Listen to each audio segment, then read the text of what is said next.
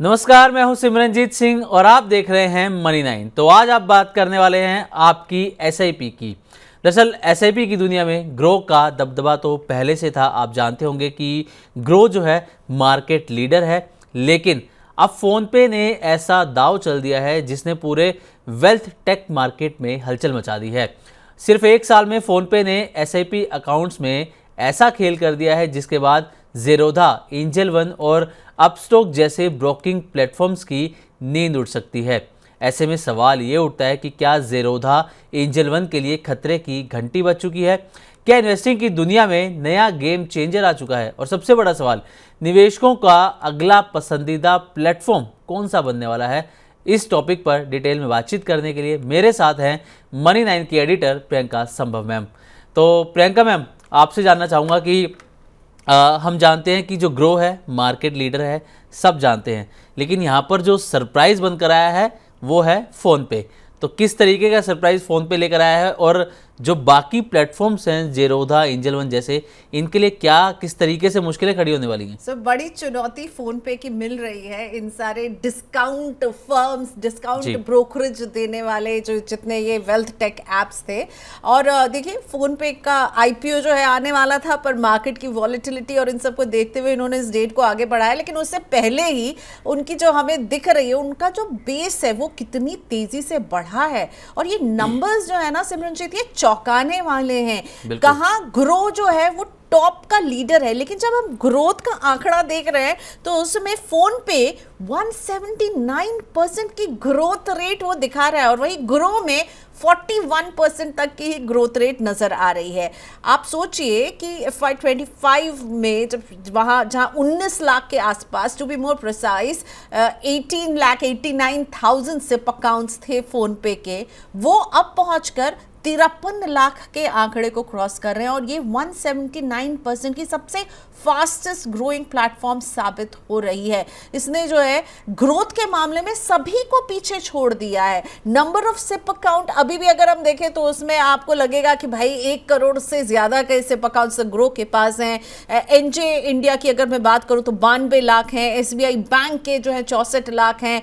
Paytm के भी कुछ अराउंड 60 लाख के आसपास हैं, और फोन पे से तो नीचे है, अराउंड 53 लाख। लेकिन जो एक साल में हमने 179% की जो ग्रोथ देखी है, क्योंकि देखिए ईज ऑफ इन्वेस्टमेंट, ये वो कुंजी है जिसने फोन पे के लिए काम किया है।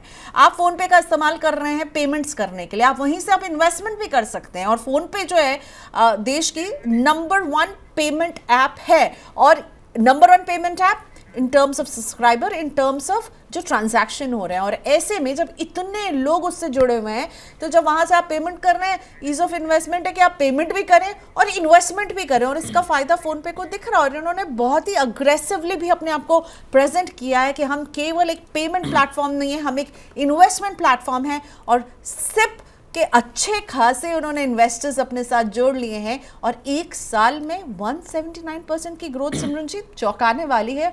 और फोन पे के तो आईपीओ के आने के पहले ही बोनांजा लग गया उनका। बिल्कुल मैम, मैं भी यही आपसे जिक्र करने वाला था कि फ़ोन पे के आप नंबर देख रहे हैं, ग्रोथ देख रहे हैं, और अगर आप ये टॉप 10 कंपनीज देखेंगे जो एक्टिव सिप अकाउंट चला रही हैं अभी, तो इनमें आप 2 देखेंगे। एक तो फ़ोन पे का नाम भी है, और इसमें आपको एक पेटीएम का नाम भी नजर आएगा।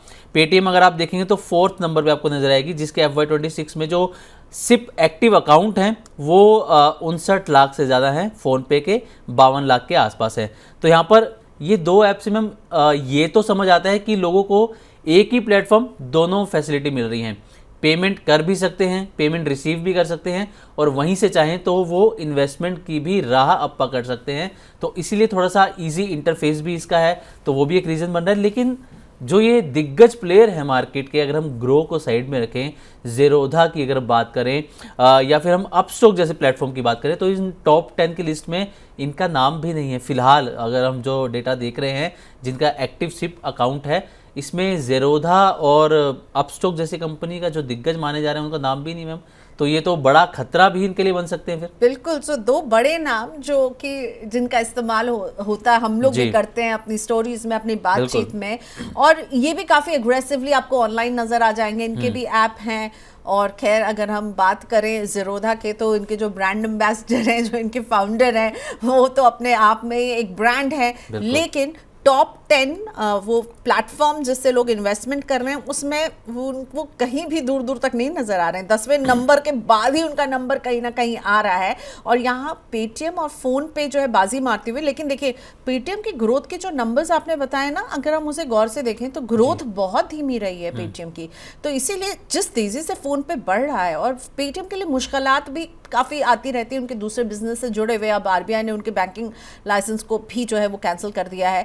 पर ग्रोथ जो रही है वो, अगर हम पेटीएम वर्सेस फोन पे देखें तो पेटीएम के लिए ये ग्रोथ केवल 13% की रही है। ठीक है, एक साल में अगर मैं कहूँ तो जहाँ FY25 में 52,46,000 इनके जो एक्टिव सिप यूजर्स थे वो अब 59 लाख पर पहुंचे हैं। ठीक है, दिस इज जस्ट 13% ग्रोथ। वहीं फोन पे के 18.89 लाख से अब 52,60,000, ऑलमोस्ट 53 लाख, 179% का ये ग्रोथ जो है दिखा रही है। तो कहीं ना कहीं बहुत अग्रेसिव स्ट्रैटेजी फोन पे की। एक तो वो पेमेंट का ऑप्शन आपको दे रहे हैं, इन्वेस्टमेंट का ऑप्शन दे रहे हैं। जहां तक हम बात करते हैं कि अगर इनके सामने ज़ीरोधा और अपस्टॉक्स को हम लेकर आए तो ये आए हैं जैसे कि ब्रोकिंग प्लेटफॉर्म्स जो हैं, डिस्काउंट ब्रोकर्स के नाम से ये प्लेटफॉर्म जो है ये पॉपुलर हुए यहाँ पर लोगों को इन्वेस्ट करना। लेकिन अभी भी हम देख रहे हैं ईज ऑफ इन्वेस्टमेंट में लोग उस फर्म को पसंद करें जो उनका पेमेंट को भी सोल्यूशन दे रहा है, इजी पेमेंट, ऑनलाइन पेमेंट के भी सोल्यूशन दे रहा है। और उनको लग रहा है अगर ये मेरे पेमेंट को इतने सीमलेस बना रहा है तो इन्वेस्टमेंट को क्यों नहीं, और फोन पे की पॉपुलैरिटी बढ़ती हुई। तो फिर मैम ये भी अगर हम ये जो हम डेटा देख रहे हैं इससे ये माना जा सकता है कि आने वाले टाइम में जो ये यूपीआई ऐप्स हैं यही इन्वेस्टिंग ऐप्स भी बनते हुए नजर आएंगे एक ही प्लेटफॉर्म से, क्योंकि अभी फ़ोन पे और हम पेटीएम की बात करें और भी जो बाकी प्लेटफॉर्म्स हैं, क्या वो भी यही फैसिलिटी फिर स्टार्ट कर देंगे? बिल्कुल, देखिए सभी को अपना बिजनेस एक्सपैंड करना है, और अगर आपको एक इजी डिजिटल सोल्यूशन एक ही जगह पर मिल जाए तो आप मल्टीपल ऐप्स क्यों लेंगे कि मैं पेमेंट करने के लिए अलग ऐप रखूं, इन्वेस्टमेंट करने के लिए अलग ऐप रखूं। सब अगर एक ही जगह से वन स्टॉप सोल्यूशन जो है ना वो काफ़ी काम करा। जब ये फ़ोन पे हो या पेटीएम हो, जब ये भी इस इकोसिस्टम में उतरे थे ऑनलाइन पेमेंट वाले में, तो उन्होंने भी शायद नहीं सोचा होगा कि ये आगे करेंगे, पर बिजनेस को एक्सपैंड किया, लोगों को पसंद आया कि भाई एक जगह से आप पेमेंट करो और वही जगह उसी जगह से आप जो है दूसरे काम भी निपटा लो। और इसीलिए जो बैंकिंग से जुड़े हुए ऐप है ना वो थोड़े से बेटर ऑफ रहते हैं। अगर आप केवल एक ब्रोकिंग वाला ऐप लेकर आते हैं जिसमें आप केवल इन्वेस्टमेंट करवा रहे हैं, आप मुझे केवल एक सोल्यूशन दे रहे हैं, पर मैं अगर इसके मुकाबले एक पेमेंट ऐप लेती हूँ, उससे मैं पेमेंट भी कर पाऊंगी और उससे मैं इन्वेस्टमेंट भी कर पाऊंगी, या फिर मेरे पास एक बैंकिंग ऐप है जो मुझे पेमेंट भी करवा रहा है और इन्वेस्टमेंट की भी सोल्यूशन दे रहा है, तो मैं ऐसी जगह जाऊंगी ना जो मुझे वन स्टॉप डिजिटल सोल्यूशन दे रहा है। और यही वजह है कि हम देख रहे हैं कि लोगों को यही पसंद आ रहा है कि उनका काम कितने कम ऐप के डाउनलोड से हो सकता है। अगर आपके पास एक ऐसा ऐप है जो आपके लिए इन्वेस्टमेंट भी करवा रहा है और वो आपको अभी सिप भी करवा दे रहा है, आपके लिए गोल्ड भी खरीदवा दे रहा है, आपको अगर शेयर मार्केट में इन्वेस्ट करना वो भी करवा दे रहा है, तो फिर मैं क्यों अलग से ऐप डाउनलोड करूं। बिल्कुल। और मैम फिर ये भी आपसे जानना चाहेंगे, क्योंकि हम सिप की बात कर रहे हैं, तो सिप का ट्रेंड कैसा देखने को मिला है FY25 और FY26 की अगर बात करें तो हम शायद से इसका जो इन्फ्लो रहा है उसमें तो काफ़ी अच्छी खासी ग्रोथ देखने को मिली है। बिल्कुल, मार्च में तो हमने देखा 32,000 करोड़ की सिप इनफ्लोज आई थी और इसने मार्केट को बहुत सपोर्ट किया है। मार्च ऐसा महीना रहा जहां मार्केट्स जो है बहुत वॉलेटाइल रहे, जियोपॉलिटिकल टेंशन की वजह से, ऑयल के बढ़ने की वजह से, रुपए की कमजोरी की वजह से, और जियोपॉलिटिकल टेंशन अभी भी खत्म होने का नाम नहीं ले रही है। वहां पर अभी भी जो है कुछ ना कुछ हो रहा है, मामला सुलझा नहीं है। Cease fire, no cease fire, attack करेंगे नहीं करेंगे, ईरान कभी फ्लेयर अप कर दे रहा है मामले को, कभी यूएस फ्लेयर अप कर दे रहा है। तो ऐसे में ये जो सिप इन्वेस्टर्स थे, और हम ये नहीं भूल सकते कि ये जो शुरुआत के जो 3-4 महीने रहे हैं हमारे बाजारों के लिए, FIIs ने तगड़ा पैसा निकाला, 2 लाख करोड़ से ज्यादा का पैसा उन्होंने निकाला है। FIIs पैसा निकाल रहे थे और बाजार को सबसे ज्यादा सपोर्ट दिया है ये सिप रिटेल इन्वेस्टर्स ने। जो कुल AUM है अभी इन्वेस्टमेंट म्यूचुअल फंड इंडस्ट्री का, उसका 60% हिस्सा जो है सिमरनजीत वो सिप इन्वेस्टर से आ रहा है। जब FIIs पैसा निकाल रहे थे, ये सिप इन्वेस्टर्स डटे रहे मार्केट में। मार्केट जितना भी वॉलेटाइल रहा, सिप के नंबर्स में हमने बहुत बड़ा फॉल नहीं देखा। ये नहीं कह रही हूँ फॉल नहीं देखा, फॉल था, हमने मार्च में 32,000 करोड़ का जो है इनफ्लो देखा है, लेकिन कुछ महीने ऐसे भी रहे जहां हमने 30,000 से नीचे गए, पर उससे ज़्यादा नहीं, मतलब 29,000 करोड़ 30,000 करोड़ का तो एक हम कहें एवरेज तो बना ही रहा है 30,000 करोड़ का। तो इनका सपोर्ट जारी है। और अभी अगर हम बात करें सिप अकाउंट्स जो हैं वो 10 करोड़ से ज़्यादा सिप अकाउंट्स हो चुके हैं अभी तक हमारे देश में। लोग समझ रहे हैं अगर आपको छोटा छोटा निवेश करना है, आपकी जेब बड़े अमाउंट के इन्वेस्टमेंट को अलाउ नहीं करती है, आप रेगुलरली सैलरी मिल रही है, आप उसमें से कुछ पैसे बचा रहे हैं, 1,000 बचा रहे हैं, 2,000 बचा रहे हैं, 2,500 बचा रहे हैं, डज नॉट मैटर, आप उसको इन्वेस्ट कर सकते हैं। और आप कहाँ जा रहे हैं इन्वेस्ट करने? जो आपको ऐप्स दिख रहे हैं, जैसे आप दिन भर, हम सुबह से लेकर शाम तक, आजकल कौन कैश कैरी कर रहा है, हम सब ऑनलाइन पेमेंट कर रहे हैं, तो वहीं आपको दिख जा रहा है कि चलो आप यहाँ से इन्वेस्टमेंट भी कर सकते हो, आप उसको टटोलते हुए वहाँ पहुँच जा रहे हो और आप सिप की जर्नी शुरू कर रहे हैं। और हम देख रहे हैं सिप इन्वेस्टर्स जो है उनका दबदबा बढ़ता हुआ नज़र आ रहा है। इनफैक्ट मैं एक रिपोर्ट लाई थी जो मैं यहाँ पर रखना चाह रही थी अपनी बात को सपोर्ट करने के लिए। देखिए, आरबीआई चिंतित है, ठीक है, इकोनॉमिक सर्वे में ये बात हुई है, जो फाइनेंशियलाइजेशन ऑफ एसेट्स हो रहा है, फाइनेंशियल एसेट की तरफ लोग बढ़ रहे हैं, फिजिकल एसेट्स को छोड़ रहे हैं, पुराने जो इन्वेस्टमेंट के तरीके थे, बैंक में पैसे रखना, एफडी में पैसे करना, वो छोड़ करके ज़मीन खरीदना, सोना खरीदना, उसकी जगह सोना चाहिए तो आपके पास gold ETF, gold fund of funds हैं, ठीक है, चांदी में भी ये दोनों ऑप्शन है। आपको रियल एस्टेट में निवेश करना है तो रीट और इन्वेट जैसे ऑप्शन है। इक्विटी में निवेश करना है, आपको डायरेक्ट स्टॉक मार्केट से डर लगता है तो इक्विटी से जुड़े म्यूचुअल फंड है। फिक्स्ड इनकम जैसा रिटर्न चाहिए लेकिन बैंक एफडी से थोड़ा सा ज़्यादा रिटर्न चाहिए तो फिक्स्ड इनकम वाले डेट म्यूचुअल फंड है।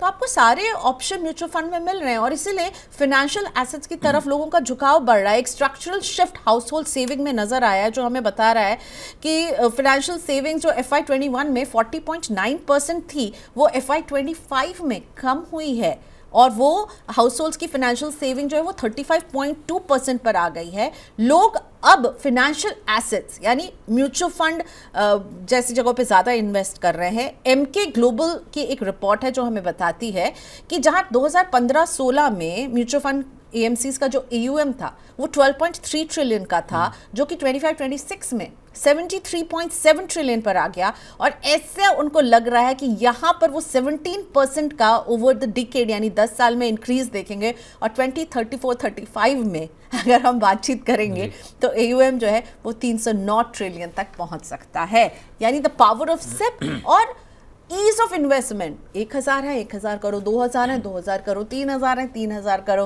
तो वो जो इन्वेस्टमेंट की ईज देता है ना सिप, इसलिए ये पॉपुलर भी बन रहा है। मैम, आपने पावर ऑफ सिप की बात करी, SIP इनफ्लो का आपने जिक्र किया है, FIIs जो पैसा निकाल रहे हैं उसका जिक्र किया, तो मतलब ये कहा जा सकता है कि अब जो इंडियन मार्केट है उसकी असली ताकत जो है वो FIIs का पैसा नहीं है, पहले हम जिसके भरोसे रहते थे, अब वो जो हमारे लोग SIP कर रहे हैं, SIP के थ्रू जो पैसा आ रहा है वो अब हमारे बाजार की पावर बनता हुआ नजर आ रहा है। ये कहना ठीक होगा?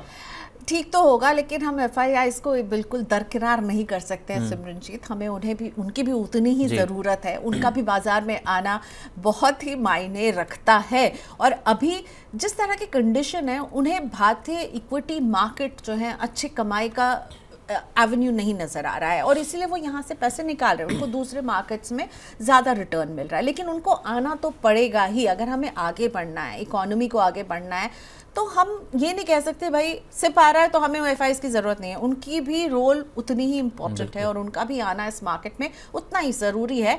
लेकिन वो भारतीय जिसको लगता था कि वो अगर बैंक में FD है तो बिल्कुल वो चैन की नींद सो रहा था कि हाँ कोई चिंता की बात नहीं, लेकिन अब वही इंडियन इन्वेस्टर जो है वो ये समझ रहा है इसमें एक बहुत बड़ा रोल हमारी रेगुलेटर और सरकार का है। इन्होंने म्यूचुअल फंड इंडस्ट्री को जिस तरह से रेगुलेट किया है, नियमों में फेरबदल करते रहते हैं, उन्होंने ये भरोसा दिलाया कि आपका पैसा यहाँ पर भी सुरक्षित है। तो इसलिए लोगों को लग रहा है कि बैंक में मुझे कम रिटर्न मिल रहा है, बैंक में पड़ा हुआ है पैसा और मुझे उससे थोड़ा सा बेटर रिटर्न मिल सकता है, तो क्यों ना मैं म्यूचुअल फंड में इन्वेस्ट करूँ। और यहाँ कोई बंधन नहीं है कि आप पैसे नहीं निकाल सकते। अगर पैसे की जरूरत, लोग इस मानसिकता की वजह से भी कम निवेश करते थे कि पता नहीं पैसा निकाल पाऊंगा या नहीं निकाल पाऊंगा। तो पैसे निकालने में लिक्विडिटी की भी कोई इशू नहीं है, आपका पैसा लॉक इन नहीं होता है, कुछ स्पेसिफिक प्रोडक्ट्स में लॉक इन होता है, पर ज्यादातर पैसा लॉक इन नहीं होता है, तो आपकी लिक्विडिटी भी बनी रहती है। आप बैंक के डिपॉजिट या बैंक की FD या RD से थोड़ा बेटर रिटर्न में यहाँ पर अर्न कर रहे होते हो, रेगुलेटर की भी सुरक्षा रहती है और इसलिए ये पॉपुलर हो रहा है। इसकी पॉपुलैरिटी हमारे इकोनॉमी के हक में है, लेकिन हम FIIs को दरकिनार नहीं कर सकते हैं। लेकिन यहाँ पर एक चीज़ प्रियंका मैम कि कई जो मार्केट के जानकार हैं, जो एक्सपर्ट्स हैं, वो ये कह रहे हैं कि सितंबर 2024 के बाद कुछ खास रिटर्न बाज़ार में नहीं बना है। SIP करने वालों को कुछ खास पोर्टफोलियो में फ़र्क नहीं है, पोर्टफोलियो उल्टा रेड होते हुए भी उन्होंने देखा है। अब जिस तरीके की जियोपॉलिटिकल टेंशन्स चल रही हैं, अगर अगले 1 साल और यही सिचुएशन रहती है पोर्टफोलियो की, तो क्या आपको लगता है कि जो SIP डिसिप्लिन अभी तक बना हुआ है, जो इनफ्लो लगातार आ रहा है, ये टूट भी सकता है? क्योंकि एक्सपर्ट तो इसको लेकर चिंता जता रहे हैं कि हो सकता है ऐसा भी हो। बिल्कुल, ये चिंता तो वाजिब है, क्योंकि जब भी मार्केट वॉलेटाइल होते हैं, और बिल्कुल ठीक है सिमरजीत, सितंबर 2024 जब हमने वो लो देखा था, उसके बाद से अभी तक मार्केट दायरे में ही रहा है।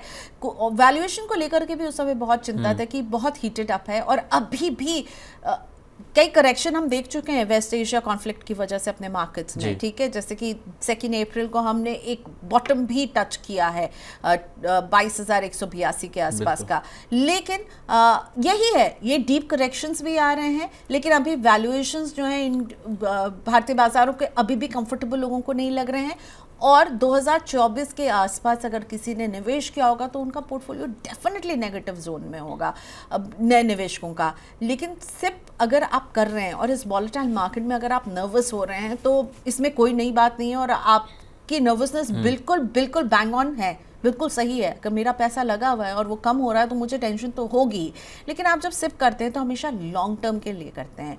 तो देखिए, ये सारे मार्केट की उथल पुथल तो है, वो आती जाती रहती है। इक्विटी मार्केट ने कभी ये नहीं कहा था कि वो एकदम स्ट्रेट लाइन में चलेगी, आपको स्ट्रेट रिटर्न मिलता रहेगा। ये रिस्क तो हमेशा रहता ही है, और अभी इस समय अपने इन्वेस्टमेंट से जुड़े रहना, बने रहना बहुत ज़रूरी है। पर ये फेयर तो मुझे भी है सिमरनजीत, और मैं पिछले 6 महीने से एम्फी के जो मंथली डेटा आते हैं ना, उसको मैं मॉनिटर कर रही हूँ कि ये डिप होगा क्या, पर वो अभी तक तो मुझे सरप्राइज करते हुए आए। ठीक है, मार्च में इतनी भयंकर हमने वॉलेटिलिटी देखी, फिर भी इतने अच्छे नंबर्स आए, इनफैक्ट रिकॉर्ड हो गया। जनवरी में भी अगेन वॉर की बात शुरू हो चुकी है, उसके बाद भी शानदार नंबर आए, ठीक है। और इन सब के बीच में अब लग रहा है कि भाई अब ये सस्टेन होंगे कि नहीं, क्योंकि कहीं ना कहीं इंडियन इन्वेस्टर थोड़ा फटीग तो हो रहा है। ये शानदार नंबर कंटिन्यू होंगे कि नहीं, ये एक बड़ा सवाल बना हुआ है। लेकिन हाँ, अगर मैं सिर्फ इतना कहूंगी, क्योंकि मैं पर्सनल फाइनेंस की स्पेस में हूँ, अगर आपने इन्वेस्टमेंट किया था और उस पैसे की आपको अभी ज़रूरत नहीं है, आपको उस पैसे की ज़रूरत 5 से 7 साल के बाद है, तो देखिए अभी प्लीज़ अपने इन्वेस्टमेंट को रोकिएगा मत, जारी रखिएगा। अगर पैसों की कोई तंगी आ गई है, क्योंकि एट द सेम टाइम जब हम बात कर रहे हैं जॉब्स को लेकर के भी दिक्कतें अब जो है इंडस्ट्री, अलग अलग इंडस्ट्री में, हमारी मीडिया इंडस्ट्री में, IT के इंडस्ट्री में दिखनी शुरू हो गई हैं। तो अगर वहाँ पे कुछ टेंशन है और आप नहीं कंटिन्यू कर सकते हैं तो बात अलग है, आप कैसे कंटिन्यू करेंगे। लेकिन अगर आप कंटिन्यू रख सकते हैं अपने इन्वेस्टमेंट को, और आपका गोल जो है वो 5 साल 7 साल के बाद है, तो मैं यही कहूँगी अभी संयम के साथ थोड़ा सा वक्त दीजिए, बने रहिए।